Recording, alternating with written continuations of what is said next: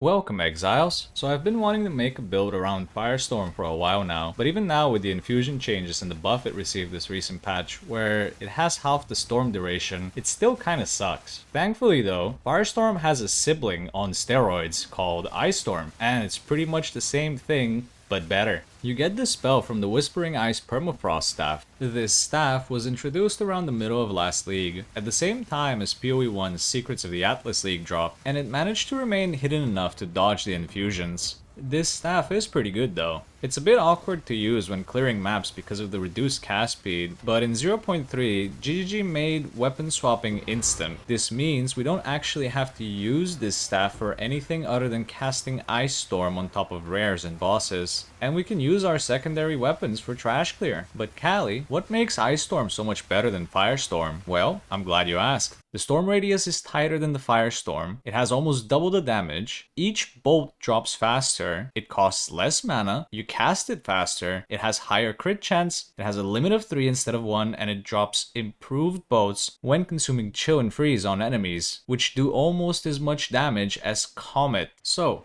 how does it work? The quick TLDR is we'll be spamming Frostbolt to clear maps, and we'll be using Icestorm on rares and bosses. We also have Elemental Weakness, Sigil of Power, Flame Wall, and the new Frost Dart spell as an extra button for bosses. We'll be using Archmage and Indigon to scale up the damage of the Icestorm, but we're not going to be full-blown mana stacking with Eldritch Battery. There's new passive nodes on the tree that give mana cost efficiency, which reduce mana cost by a ton, and it's basically what's allowing us to use this combo in the first place. Also, we can use Efficiency Support Gem on all of our spells to reduce their costs by another 40%, because the limitation of only one support gem per skill gem was removed in 0.3. If you're not a fan of the Indigon playstyle, or you just want to be tankier and don't mind sacrificing a bit of damage, you can replace it with a rare helmet for more ES and then just respec the mana into even more ES and whatever else you fancy, and the build will still work pretty much the exact same way. You'll do less damage to bosses, but you'll also be much more tankier. But we will need another spell to spam during maps, as I previously said, because as good as Icestorm is, its startup animation is too slow, and by the time the bolts actually hit the ground, most monsters have already moved out of it. For simplicity reasons, I've decided to go with Frostbolt, because it becomes a ridiculously good trash clearing spell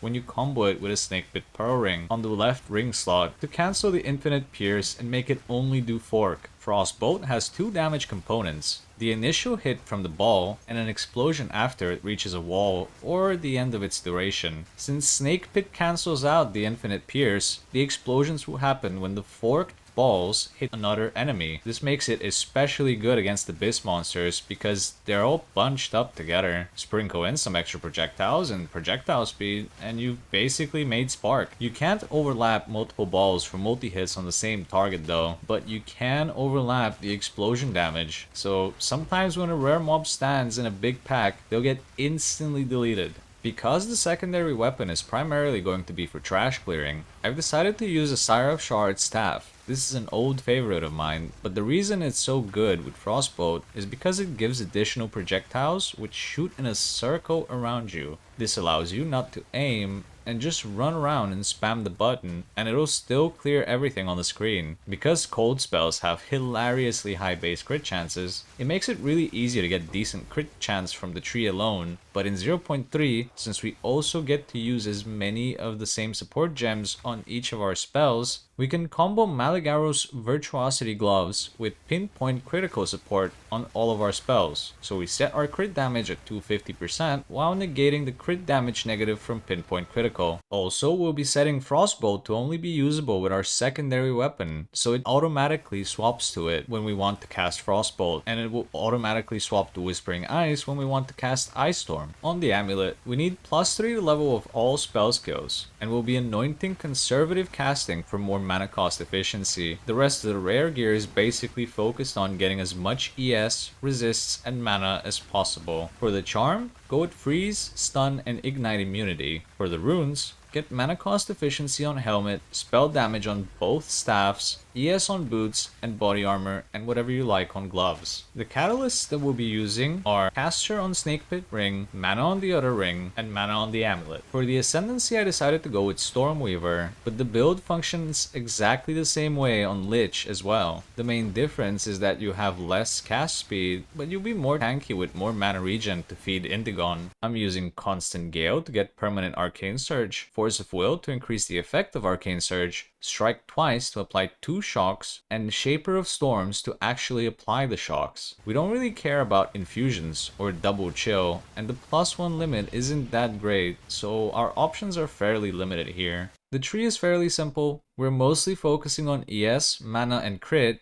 and we're getting some Cold Pen cast speed, ES recharge rate, and faster start of ES along the way. We're not using the new Archon notable because it feels bad spending 5 points on something that will only be up half the time, but feel free to experiment with it. Now for the gem setup. We'll be using Cold Mastery and Slow Potency on Heart of Ice. Heart of Ice will AoE chill enemies in our presence while we have the Whispering Ice Staff equipped. This aura is especially useful to maximize Frost Dart's damage because it does AoE explosions when it hits a chilled or frozen target. On Icestorm we have Pinpoint Critical, Concentrated Effect, Efficiency 2, and a new lineage gem called Zarok's Refrain. This gem will echo Icestorm twice, allowing us to reach the limit of 3 Ice Storms in one cast, but it also gives cooldown to the spell that it's supporting. This is not a problem for Ice Storm though, since the duration of it is longer than the actual cooldown, but it does make it a little awkward on a few bosses that love to move around 24/7 like Balbala. On Frost Darts, we have Pinpoint Critical,